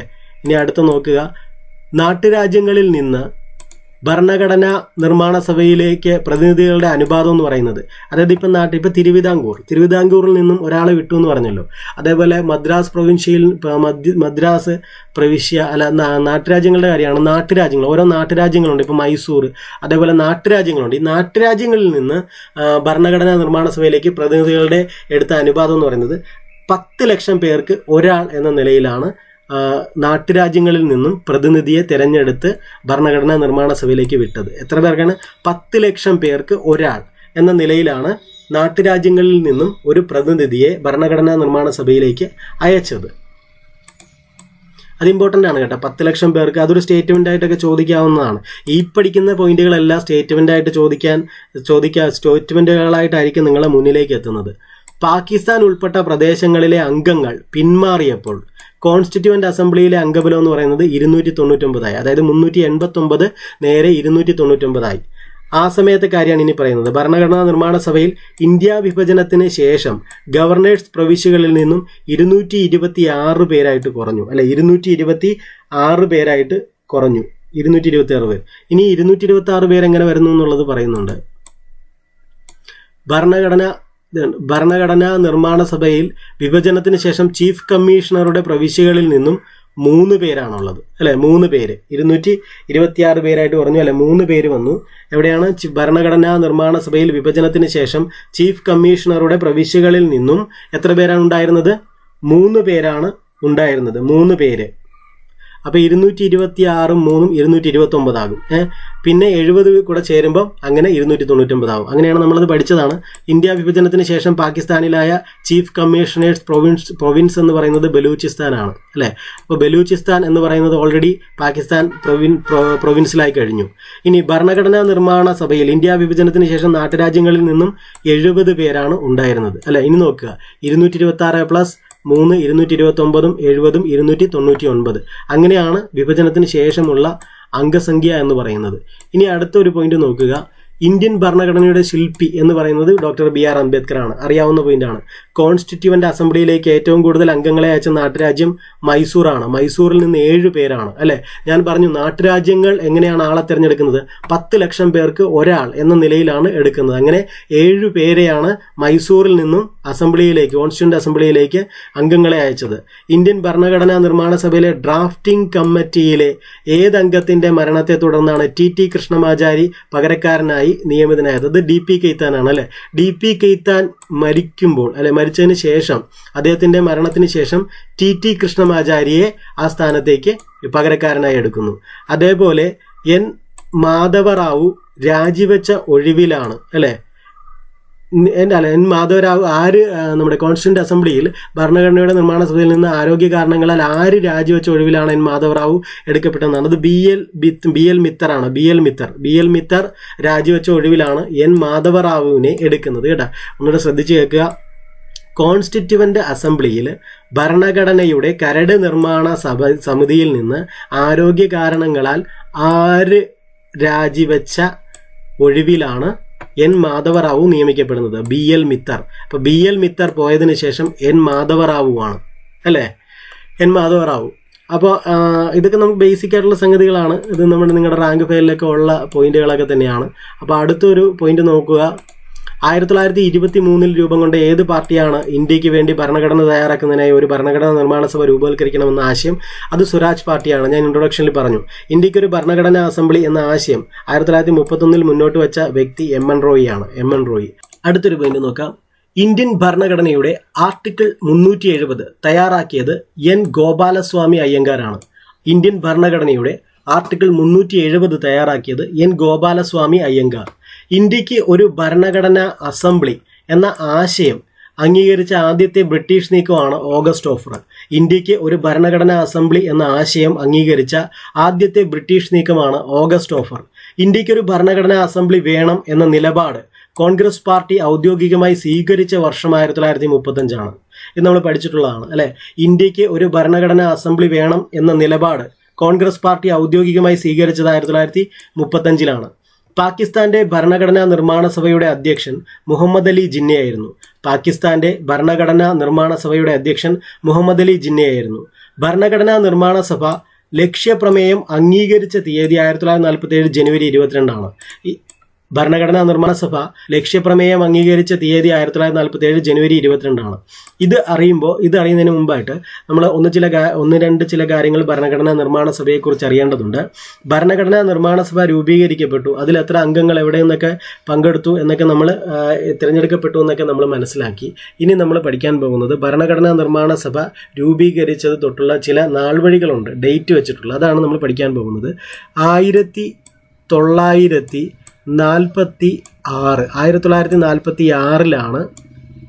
ഭരണഘടനാ നിർമ്മാണ സഭ രൂപീകരിക്കുന്നത്. കൃത്യമായി പറഞ്ഞാൽ 1946 ഡിസംബർ 6 ഭരണഘടനാ നിർമ്മാണ സമിതി രൂപീകരിക്കുന്നു. തുടർന്ന് ഡിസംബർ 9 ആയപ്പോഴത്തേക്കും അതിൻ്റെ ആദ്യത്തെ മീറ്റിംഗ് കൂടുന്നു. ആ മീറ്റിങ്ങിൽ ഫ്രഞ്ച് പാർലമെൻ്ററി രീതി അനുസരിച്ച് ഏറ്റവും പ്രായം കൂടിയ അംഗമായിട്ടുള്ള സച്ചിദാനന്ദ സിൻഹയെ താൽക്കാലിക അധ്യക്ഷനായി തിരഞ്ഞെടുക്കുന്നുണ്ട്. അപ്പോൾ ഡിസംബർ 6 ഭരണഘടനാ നിർമ്മാണ സഭ രൂപീകരിക്കുന്നു. ഡിസംബർ 9 ആദ്യത്തെ മീറ്റിംഗ് നടക്കുന്നു. ആ മീറ്റിങ്ങിൽ വെച്ച് താൽക്കാലിക അധ്യക്ഷനായിട്ട് സച്ചിദാനന്ദ സിൻഹയെ തിരഞ്ഞെടുക്കുന്നു. അത് ഏതടിസ്ഥാനത്തിലാണ്? ഫ്രഞ്ച് പാർലമെന്ററി രീതി അനുസരിച്ച് ഏറ്റവും പ്രായം കൂടിയ അംഗമായിട്ടുള്ള സച്ചിദാനന്ദ സിൻഹയെ താൽക്കാലിക അധ്യക്ഷനായിട്ട് ഡിസംബർ 9 താൽക്കാലിക അധ്യക്ഷനായിട്ടാണ് തിരഞ്ഞെടുക്കുന്നത്. തുടർന്ന് ഡിസംബർ 11 ആയപ്പോഴത്തേക്കും ഡോക്ടർ രാജേന്ദ്ര പ്രസാദിനെ സ്ഥിരം അധ്യക്ഷനായിട്ട് നിയമിക്കുന്നു. തുടർന്ന് ഡിസംബർ 13 ആയപ്പോഴത്തേക്കും നമ്മുടെ നെഹ്റു ലക്ഷ്യപ്രമേയം അവതരിപ്പിക്കുന്നുണ്ട്. ഡിസംബർ 13 1946 ഡിസംബർ 13 നമ്മുടെ നെഹ്റു ലക്ഷ്യപ്രമേയം അവതരിപ്പിക്കുന്നു. ആ ലക്ഷ്യപ്രമേയമാണ് പിന്നീട് 1947 ജനുവരി 22 ആയപ്പോൾ ഭരണഘടനാ നിർമ്മാണ സഭ അംഗീകരിക്കുന്നത്. ഭരണഘടനാ നിർമ്മാണ സഭ രൂപീകരിക്കുന്നു. ഡിസംബർ 9 താൽക്കാലിക അധ്യക്ഷനായിട്ട് സച്ചിദാനന്ദ സിൻഹയെ തിരഞ്ഞെടുക്കുന്നു. ഡിസംബർ 11 സ്ഥിരം അധ്യക്ഷനായിട്ട് ഡോക്ടർ രാജേന്ദ്ര പ്രസാദിനെ തിരഞ്ഞെടുക്കുന്നു. ഡിസംബർ 13 നെഹ്റു ലക്ഷ്യപ്രമേയം അവതരിപ്പിക്കുന്നു. ആ ലക്ഷ്യപ്രമേയം 1947 ജനുവരി 22 ഭരണഘടനാ നിർമ്മാണ സഭ അംഗീകരിക്കുന്നു. ഇനി അറിയേണ്ട ചില ഡേറ്റുകളുണ്ട് ഇതുമായിട്ട് ബന്ധപ്പെട്ട്, അതുകൂടെ ഒന്നറിയാം. 1947 ഓഗസ്റ്റ് 15 ആയപ്പോൾ നമ്മുടെ ഇന്ത്യക്ക് സ്വാതന്ത്ര്യം കിട്ടുന്നുണ്ട്. ഓഗസ്റ്റ് 15. അതിനുശേഷം ഓഗസ്റ്റ് 29 ആയപ്പോൾ ഭരണഘടനാ നിർമ്മാണ സഭ ഒരു കരട് ഭരണഘടന തയ്യാറാക്കുന്നതിന് വേണ്ടിയിട്ട് ഡോക്ടർ BR അംബേദ്കറെ 1947 ഓഗസ്റ്റ് 29 ഡ്രാഫ്റ്റിംഗ് കമ്മിറ്റി അധ്യക്ഷനായിട്ട് നിയമിക്കുന്നു. ഒന്നുകൂടി പറയാം, 1947 ഓഗസ്റ്റ് 29 ഡോക്ടർ BR അംബേദ്കർ അധ്യക്ഷനായിട്ടുള്ള ഒരു ഡ്രാഫ്റ്റിംഗ് കമ്മിറ്റിയെ നിയമിക്കുന്നു. ഈ ഡ്രാഫ്റ്റിംഗ് കമ്മിറ്റിയുടെ ഉത്തരവാദിത്വം എന്ന് പറയുന്നത് ഈ ഭരണഘടനാ നിർമ്മാണ സഭയിൽ മറ്റു പല കമ്മിറ്റികളും ഉണ്ട്. ആ എല്ലാ കമ്മിറ്റികളിലും നടക്കുന്ന ചർച്ചകളുടെ അടിസ്ഥാനത്തിൽ രൂപീകരിക്കപ്പെടുന്ന നിയമങ്ങളുണ്ട്.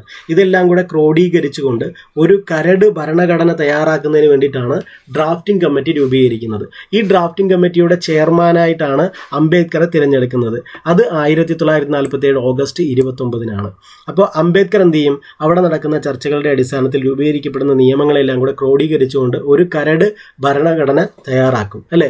എന്നിട്ട് ഇന്ത്യൻ ഭരണഘടനയുടെ അന്തിമ കരട് ഡോക്ടർ രാജേന്ദ്ര പ്രസാദിന് ഡോക്ടർ അംബേദ്കർ കൈമാറുന്നത് 1949 നവംബർ 25-നാണ്. ഇതിൻ്റെ ഒരു ഫൈനൽ ഡ്രാഫ്റ്റ്, ഭരണഘടനയുടെ ഒരു ഫൈനൽ ഡ്രാഫ്റ്റ് നമ്മുടെ രാജേന്ദ്ര പ്രസാദിന് കൈമാറുന്നത് 1949 നവംബർ 25-നാണ്.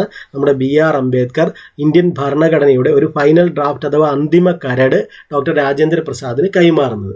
ഈ നവംബർ 25-ന് ഇങ്ങനെ കൈമാറി കിട്ടിയ ഇന്ത്യൻ ഭരണഘടനയുടെ ഫൈനൽ ഡ്രാഫ്റ്റ് അത് ഭരണഘടനാ നിർമ്മാണ സമിതിക്ക് മുൻപാകെ അവതരിപ്പിച്ചിട്ട് അത് കുഴപ്പമൊന്നുമില്ല, പക്കയാണ് എന്ന് ഉറപ്പുവരുത്തിയിട്ട് തൊട്ട് പിറ്റേ ദിവസം, അതായത് 1949 നവംബർ 26-ന് ഈ ഭരണഘടനാ നിർമ്മാണ സഭ അംഗീകരിക്കുന്നു. അപ്പോൾ ഭരണഘടനാ നിർമ്മാണ സഭ ഭരണഘടനയെ അംഗീകരിക്കുന്നത് 1949 നവംബർ 26-നാണ്. പിന്നീട് ഭരണഘടനാ നിർമ്മാണ സഭയിലെ അംഗങ്ങൾ ഭരണഘടനയിൽ ഒപ്പിടുന്നത് 1950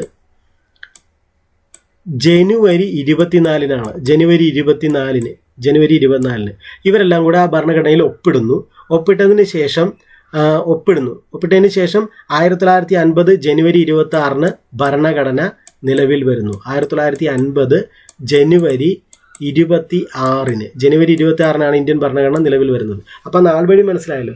1947 ഓഗസ്റ്റ് 29-നാണ് ഡ്രാഫ്റ്റിംഗ് കമ്മിറ്റിയെ അംബേദ്കർ ചെയർമാനാക്കിക്കൊണ്ട് നിയമിക്കുന്നത്. ഈ ഡ്രാഫ്റ്റിംഗ് കമ്മിറ്റി എന്ത് ചെയ്യും?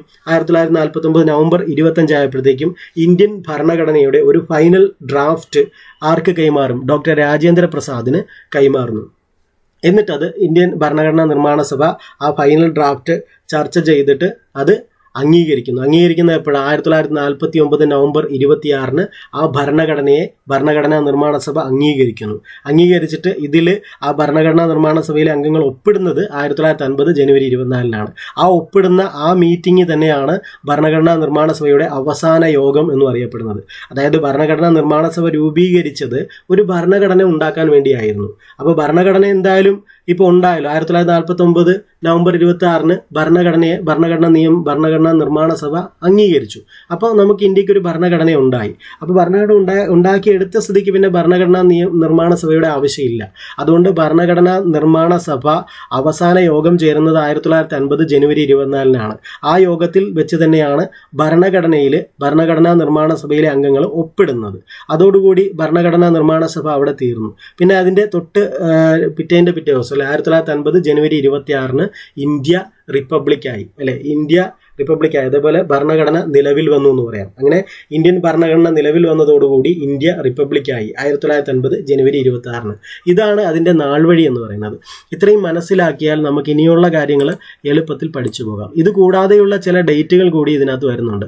ഇനി നിങ്ങൾ മനസ്സിലാക്കേണ്ടത്, അപ്പോൾ ഫൈനൽ ഡ്രാഫ്റ്റ്, അതായത് ഭരണഘടനയുടെ കരട് ഫൈനൽ ഡ്രാഫ്റ്റ് കൊടുത്ത തീയതി മാത്രമേ ഞാൻ പറഞ്ഞിട്ടുള്ളൂ. അപ്പോൾ ഇതിന് മുമ്പും ഒക്കെ ആയിട്ട് ഇടയ്ക്ക് ഓരോ ഡ്രാഫ്റ്റ് തയ്യാറാക്കി കൊടുക്കുന്നുണ്ട്. അതൊക്കെ നമ്മൾ തുടർന്ന് പഠിക്കും.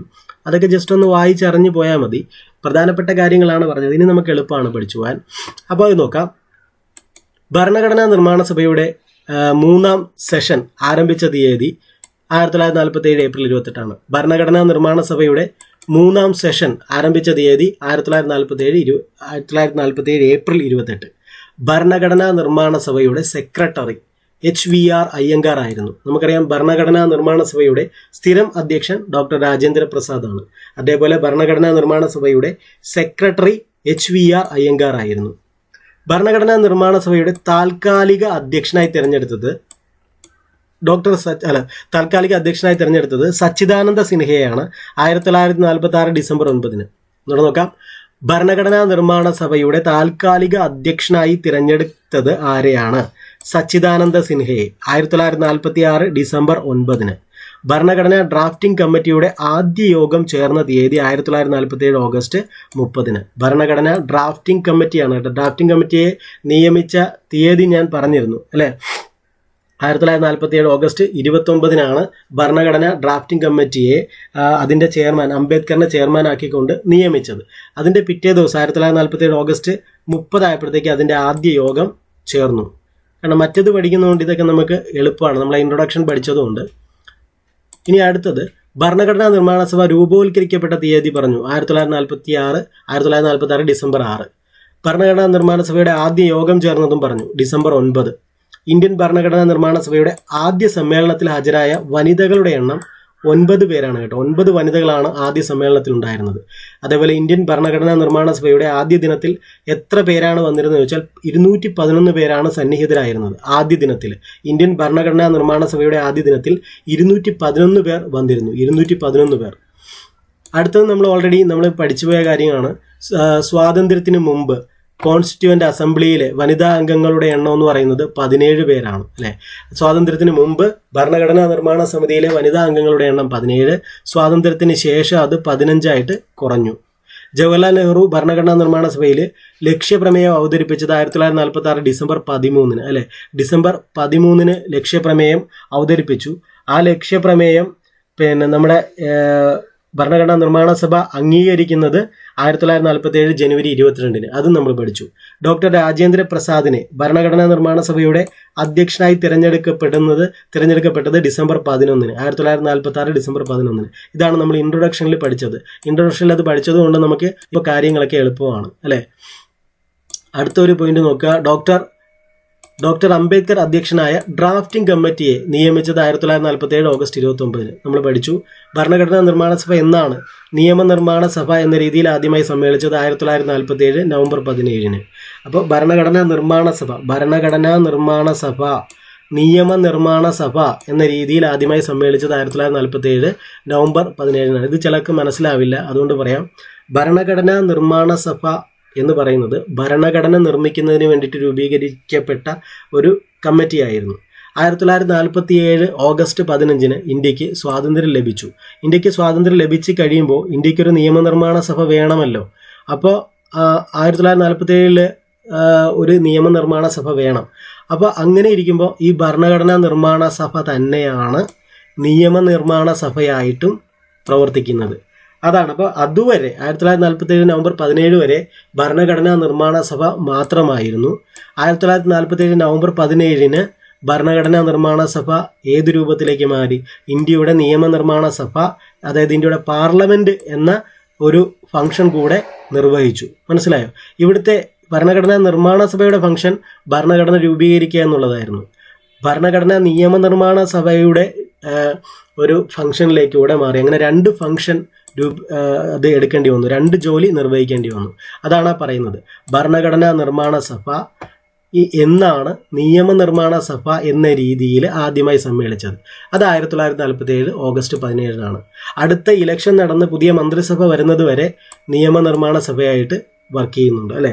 ഭരണഘടനാ ഡ്രാഫ്റ്റിംഗ് കമ്മിറ്റി ഒരു കരട് ഭരണഘടനാ നിർമ്മാണ സഭയ്ക്ക് സമർപ്പിച്ചത് 1948 ഫെബ്രുവരി 21.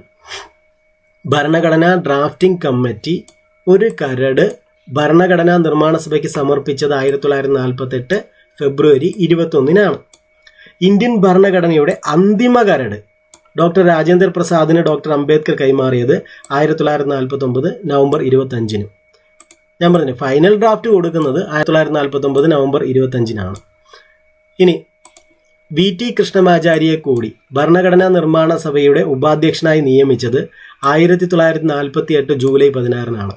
VT കൃഷ്ണമാചാരിയെ കൂടി ഭരണഘടനാ നിർമ്മാണ സഭയുടെ ഉപാധ്യക്ഷനായി നിയമിച്ചത് 1948 ജൂലൈ 16. ഭരണഘടനാ നിർമ്മാണ സഭ ഭരണഘടന അംഗീകരിച്ച തീയതി 1949 നവംബർ 26. ഭരണഘടനാ നിർമ്മാണ സഭ ഭരണഘടന അംഗീകരിച്ച തീയതി 1949 നവംബർ 26. ഭരണഘടനയുടെ കരട് ഭരണഘടനാ നിർമ്മാണ സഭയിൽ അവതരിപ്പിച്ച തീയതി 1947 നവംബർ 4. നിങ്ങൾക്ക് ഇത് ഇഷ്ടപ്പെടുന്നുണ്ട്, വീഡിയോ നിങ്ങൾക്ക് പ്രയോജനപ്പെടുന്നുണ്ടെങ്കിൽ നിങ്ങൾ ലൈക്ക് ചെയ്യണം. അതിനേക്കാൾ ഉപരി നിങ്ങളൊന്ന് ഷെയർ ചെയ്ത് നിങ്ങളുടെ സുഹൃത്തുക്കൾക്ക് അയച്ചു കൊടുക്കണം. ടെലഗ്രാമിലേക്ക് വന്നാൽ ഇതിൻ്റെയൊക്കെ പരീക്ഷ നടക്കുന്നുണ്ട്, അതിലേക്ക് പങ്കെടുക്കാം. അടുത്തൊരു പോയിന്റ്, ഭരണഘടനാ നിർമ്മാണ സഭയുടെ അംഗങ്ങൾ ഭരണഘടനയിൽ ഒപ്പിട്ട തീയതി 1950 ജനുവരി 24. നമ്മൾ പറഞ്ഞു പോയ പോയിന്റാണ് ഇതൊക്കെ. ഭരണഘടനാ നിർമ്മാണ സഭയുടെ അംഗങ്ങൾ ഭരണഘടനയിൽ ഒപ്പിട്ട തീയതി 1950 ജനുവരി 24. ഭരണഘടനാ നിർമ്മാണ സഭയുടെ അവസാന യോഗവും അന്ന് തന്നെയാണ്. അതായത് ഈ അംഗങ്ങൾ ഒപ്പിടുന്ന അന്ന് തന്നെയാണ് അവസാന യോഗവും, അല്ലെങ്കിൽ അവസാന യോഗത്തിൽ വെച്ചിട്ടാണ് ഭരണഘടനയിൽ അംഗങ്ങൾ ഒപ്പിടുന്നതെന്നും മനസ്സിലാക്കുക. 1950 ജനുവരി 24. അതോടുകൂടി ഭരണഘടനാ നിർമ്മാണ സഭ അവസാനിച്ചു, അല്ലേ? ഇന്ത്യൻ ഭരണഘടന നിലവിൽ വന്നത് 1950 ജനുവരി 26. ഭരണഘടനാ നിർമ്മാണ സഭയിൽ അംഗമായിരുന്ന ഏക മുസ്ലിം വനിതയാണ് ബീഗം കുദ്സിയ ഐസാസ് റസൂൽ എന്ന് പറയുന്നത്, അല്ലേ? എന്താണ്? ഭരണഘടനാ നിർമ്മാണ സഭയിൽ അംഗമായിരുന്ന ഏക മുസ്ലിം വനിതയാണ് ബീഗം കുദ്സിയ ഐസാസ് റസൂൽ. ഭരണഘടനാ നിർമ്മാണ സഭയിൽ മദ്രാസിനെ പ്രതിനിധാനം ചെയ്ത വനിതകളാണ് അമ്മു സ്വാമിനാഥനും ദാക്ഷായണി വേലായുധനും. നമ്മൾ പറഞ്ഞ പോയിന്റാണ്. ഭരണഘടനാ നിർമ്മാണ സഭയിൽ ജവഹർലാൽ നെഹ്റു അവതരിപ്പിച്ച ലക്ഷ്യപ്രമേയത്തെ പിന്തുണച്ചത് പുരുഷോത്തം ദാസ് ടണ്ടനാണ്, അഥവാ പി ഡി ടണ്ടൻ, അല്ലെ? പി ഡി ടണ്ടനാണ്. പി ഡി ടണ്ടൻ അഥവാ പുരുഷോത്തം ദാസ് ടണ്ടനാണ്, അല്ലെ? അദ്ദേഹമാണ് പിന്തുണച്ചത്. ഭരണഘടനാ നിർമ്മാണ സഭയിൽ ജവഹർലാൽ നെഹ്റു അവതരിപ്പിച്ച ലക്ഷ്യപ്രമേയത്തെ പിന്തുണച്ചത് പുരുഷോത്തം ദാസ് ടണ്ടനാണ്. 1948 ഫെബ്രുവരിയിൽ ഇന്ത്യൻ ഭരണഘടനയുടെ ഇനീഷ്യൽ ഡ്രാഫ്റ്റ് തയ്യാറാക്കിയത് ബി എൻ റാവുവാണ്. എന്താണ്? 1948 ഫെബ്രുവരിയിൽ ഇന്ത്യൻ ഭരണഘടനയുടെ ഇനീഷ്യൽ ഡ്രാഫ്റ്റ് തയ്യാറാക്കിയത് ബി എൻ റാവുവാണ്. ഇന്ത്യൻ ഭരണഘടനയുടെ കവർ പേജ് രൂപകൽപ്പന ചെയ്തത് നന്ദലാൽ ബോസ് ആണ്. ഇന്ത്യൻ ഭരണഘടനയുടെ കവർ പേജ് രൂപകൽപ്പന ചെയ്തത് നന്ദലാൽ ബോസ്. ഇന്ത്യൻ ഭരണഘടനയുടെ ഹിന്ദി പതിപ്പ് എഴുതി തയ്യാറാക്കിയ കാലിഗ്രാഫറാണ് വസന്ത് കൃഷ്ണൻ വൈദ്യ. അപ്പോൾ ആരാണ് ഇന്ത്യൻ ഭരണഘടനയുടെ ഹിന്ദി പതിപ്പ് എഴുതി തയ്യാറാക്കിയത്? വസന്ത് കൃഷ്ണൻ വൈദ്യ. ഇന്ത്യയിലെ ഭൂവുടമകളെ പ്രതിനിധാനം ചെയ്ത് ഭരണഘടനാ നിർമ്മാണ സഭയിലെത്തിയ ദർഭംഗ മഹാരാജാവാണ് കാമേശ്വർ സിംഗ് ഗൗതം. അപ്പോൾ എന്താണ്? ഇന്ത്യയിലെ ഭൂവുടമകളെ പ്രതിനിധാനം ചെയ്ത് ഭരണഘടനാ നിർമ്മാണ സഭയിലെത്തിയ ദർഭംഗ മഹാരാജാവാണ് കാമേശ്വർ സിംഗ് ഗൗതം. ഇന്ത്യയുടെ അധികാര കൈമാറ്റം നടന്നത് ഭരണഘടനാ നിർമ്മാണ സഭയുടെ എത്രാമത്തെ സമ്മേളനത്തിലാണ്? 5ാമത്തെ സമ്മേളനത്തിൽ ഇന്ത്യയുടെ അധികാര കൈമാറ്റം നടന്നത് ഭരണഘടനാ നിർമ്മാണ സഭയുടെ 5ാമത്തെ സമ്മേളനത്തിലാണ്. ഇന്ത്യയുടെ ഒറിജിനൽ ഭരണഘടന ഇറ്റാലിക്സ് ശൈലിയിൽ എഴുതി തയ്യാറാക്കിയത് പ്രേം ബിഹാരി നാരായൺ റൈസദ എന്ന വ്യക്തിയാണ്, അല്ലെ? ആരാണ്? പ്രേം ബിഹാരി നാരായൺ റൈസദ. ഇന്ത്യയുടെ ഒറിജിനൽ ഭരണഘടന ഇറ്റാലിക്സ് ശൈലിയിൽ എഴുതി തയ്യാറാക്കിയത് പ്രേം ബിഹാരി നാരായൺ റൈസദ. ഏത് രാജ്യത്തെ പാർലമെന്ററി രീതി പ്രകാരമാണ് ഇന്ത്യൻ ഭരണഘടനാ നിർമ്മാണ സഭയുടെ താൽക്കാലിക അധ്യക്ഷനായി ഏറ്റവും പ്രായം കൂടിയ അംഗമായ സച്ചിദാനന്ദ സിൻഹയെ തിരഞ്ഞെടുത്തത്? ഫ്രഞ്ച് പാർലമെന്ററി സിസ്റ്റം അനുസരിച്ച്, അല്ലെ? ഫ്രഞ്ച് പാർലമെന്ററി രീതി അനുസരിച്ചിട്ടാണ് ഇന്ത്യൻ ഭരണഘടനാ നിർമ്മാണ സഭയുടെ താൽക്കാലിക അധ്യക്ഷനായി ഏറ്റവും പ്രായം കൂടിയ അംഗമായ സച്ചിദാനന്ദ സിൻഹയെ തിരഞ്ഞെടുത്തത്. ജവഹർലാൽ നെഹ്റു കോൺസ്റ്റിറ്റ്യൂവന്റ് അസംബ്ലിയിൽ അവതരിപ്പിച്ച ലക്ഷ്യപ്രമേയത്തെ തെറ്റായതും നിയമപരമല്ലാത്തതും അപാകവും അപകടകരവും എന്ന് വിമർശിച്ചത് എം ആർ ജയക്കർ, അല്ലെ? എം ആർ ജയക്കർ എങ്ങനെയാണ് അത് ഇത് ഒരു വ്യത്യസ്ത പോയിന്റാണ്. എനിക്കൊന്ന് റാങ്ക് ഫെയിൽ ഇല്ലാത്ത പോയിന്റാണെന്ന് തോന്നുന്നത്, അല്ലെ? ജവഹർലാൽ നെഹ്റു കോൺസ്റ്റിറ്റ്യൂവന്റ് അസംബ്ലിയിൽ അവതരിപ്പിച്ച ലക്ഷ്യപ്രമേയത്തെ തെറ്റായതും നിയമപരമല്ലാത്തതും അപാകവും അപകടകരവും എന്ന് വിമർശിച്ചത് എം ആർ ജയക്കർ ആണ്, അല്ലെ? M R Jayakar. ഭരണഘടന നിലവിൽ വന്നപ്പോൾ 395 അനുച്ഛേദങ്ങളും 8 ഷെഡ്യൂളുമാണ് ഉണ്ടായിരുന്നത്. 395 അനുച്ഛേദങ്ങളും 8 ഷെഡ്യൂളുമാണ് ഉണ്ടായിരുന്നത്. ഭരണഘടനാ നിർമ്മാണ സഭ ആദ്യമായി സമ്മേളിച്ച കോൺസ്റ്റിറ്റ്യൂഷൻ ഹാൾ ഇപ്പോൾ ഏത് പേരിൽ അറിയപ്പെടുന്നു? പാർലമെന്റിന്റെ സെൻട്രൽ ഹാൾ എന്നാണ്. ഭരണഘടനാ നിർമ്മാണ സഭ ആദ്യമായി സമ്മേളിച്ച കോൺസ്റ്റിറ്റ്യൂഷൻ ഹാൾ ഇപ്പോൾ ഏത് പേരിൽ അറിയപ്പെടുന്നു? പാർലമെന്റിന്റെ സെൻട്രൽ ഹാൾ എന്നറിയപ്പെടുന്നു. ഭരണഘടനാ നിർമ്മാണ സഭയുടെ താൽക്കാലിക ഉപാധ്യക്ഷൻ ഫ്രാങ്ക് ആന്റണി ആയിരുന്നു. ഭരണഘടനാ നിർമ്മാണ സഭയുടെ താൽക്കാലിക ഉപാധ്യക്ഷൻ ഫ്രാങ്ക് ആന്റണി ആയിരുന്നു. ഇന്ത്യൻ ഭരണഘടനയുടെ കരടിൽ എത്ര അനുച്ഛേദങ്ങളും ഷെഡ്യൂളുകളുമാണ് ഉണ്ടായിരുന്നത്? കരടിൽ 315 അനുച്ഛേദങ്ങളും 13 ഷെഡ്യൂളുകളുമാണ് ഉണ്ടായിരുന്നത്. ഇന്ത്യൻ ഭരണഘടനയുടെ കരടിൽ എത്ര അനുച്ഛേദങ്ങളും ഷെഡ്യൂളുകളുമാണ് ഉണ്ടായിരുന്നത്? 315 അനുച്ഛേദങ്ങളും 13 ഷെഡ്യൂളുകളുമാണ് ഉണ്ടായിരുന്നത്. അടുത്തൊരു പോയിന്റ്, ഭരണഘടനയുടെ എത്രാമത്തെ സെഷനിലാണ് ലക്ഷ്യപ്രമേയം അവതരിപ്പിച്ചത്? ഒന്നാമത്തെ സെഷനിൽ. ഭരണഘടനയുടെ എത്രാമത്തെ സെഷനിലാണ് ലക്ഷ്യപ്രമേയം അവതരിപ്പിച്ചത്? ഒന്നാമത്തെ സെഷനിൽ. ഭരണഘടനയുടെ എത്രാമത്തെ സെഷനിലാണ് ലക്ഷ്യപ്രമേയം അംഗീകരിച്ചത്? രണ്ടാമത്തെ സെഷനിൽ അല്ലെ. ഭരണഘടനയുടെ എത്രാമത്തെ സെഷനിലാണ് ലക്ഷ്യപ്രമേയം അംഗീകരിച്ചത്? രണ്ടാമത്തെ സെഷനിൽ. ഭരണഘടനാ നിർമ്മാണ സഭയിൽ ഒബ്ജക്റ്റീവ് റെസൊല്യൂഷൻ അഥവാ ലക്ഷ്യപ്രമേയം അവതരിപ്പിച്ചത് ജവഹർലാൽ നെഹ്റു ആണ്. മന്ത്രിസഭാംഗങ്ങളിൽ ആരാണ് ആദ്യമായി ഭരണഘടനയിൽ ഒപ്പുവെച്ചത്? അത് ജവഹർലാൽ നെഹ്റു ആണ്. മന്ത്രിസഭാംഗങ്ങളിൽ ആരാണ് ആദ്യമായി ഭരണഘടനയിൽ ഒപ്പുവെച്ചത്? അത് ജവഹർലാൽ നെഹ്റു ആണ്. ഇന്ത്യൻ ഭരണഘടനയിലെ ഒപ്പുകളിൽ ആദ്യത്തേത് ആരുടെ ഒപ്പാണ്? രാജേന്ദ്ര പ്രസാദിൻ്റേത്. ഇന്ത്യൻ ഭരണഘടനയിലെ ഒപ്പുകളിൽ ആദ്യത്തേത് ആരുടെ ഒപ്പാണ്? രാജേന്ദ്ര പ്രസാദിൻ്റേതാണ്. ഇതൊക്കെ റാങ്ക് ഫയലിലുള്ള പോയിന്റാണെന്ന് തോന്നുന്നില്ല. അതാണ് പറഞ്ഞത്. ഇതിൽ വ്യത്യസ്തമായ പോയിന്റുകൾ. ഇതൊക്കെ നാളെ ഒരുപക്ഷെ നമ്മുടെ പ്രസ്താവന ചോദ്യരൂപത്തിലായിരിക്കും നമ്മുടെ ക്വസ്റ്റ്യൻ പേപ്പറിലേക്ക് വരിക. അപ്പം നമ്മൾ ആകെ വട്ടായി പോകും. അപ്പോൾ ഇപ്പം നിങ്ങൾ അറിഞ്ഞതുകൊണ്ട് ഇത് കുഴപ്പമില്ല. പക്ഷെ ഇതൊക്കെ വരാൻ സാധ്യതയുണ്ട്. ഇന്ത്യൻ ഭരണഘടനയിലെ ഒപ്പുകളിൽ ആദ്യത്തേത് ആരുടെ ഒപ്പായിരുന്നു എന്ന് ചോദിച്ചാലല്ലേ, നമ്മൾ അറിയാൻ പാടില്ലെങ്കിൽ നമ്മൾ അവിടെ ഇരുന്ന് തലപോയിക്കും. ഇപ്പം നമുക്കറിയാം അത് രാജേന്ദ്ര പ്രസാദിൻ്റെ ഒപ്പാണ് അല്ലേ. ഇനി മന്ത്രിസഭാംഗങ്ങളുടെ കാര്യത്തിലാണ് ചോദിക്കുന്നതെങ്കിലോ, മന്ത്രിസഭാംഗങ്ങളിൽ ആരാണ് ആദ്യമായി ഭരണഘടനയിൽ ഒപ്പുവെച്ചതെന്ന് ചോദിച്ചാൽ അത് ജവഹർലാൽ നെഹ്റു ആണ്. ആ വ്യത്യാസം മനസ്സിലായല്ലോ. ഭരണഘടനാ നിർമ്മാണ സഭയിലെ തൻ്റെ അവസാന പ്രസംഗത്തിൽ doctor BR Ambedkar union of Trinity ഇത് നല്ലൊരു പോയിന്റാണ്. യൂണിയൻ ഓഫ് ട്രിനിറ്റി എന്ന് വിശേഷിപ്പിച്ചത് വാക്കുകൾ സ്വാതന്ത്ര്യം, സമത്വം, സാഹോദര്യം എന്നിവയാണ് അല്ലേ. സ്വാതന്ത്ര്യം, സമത്വം, സാഹോദര്യം എന്നിവയാണ്.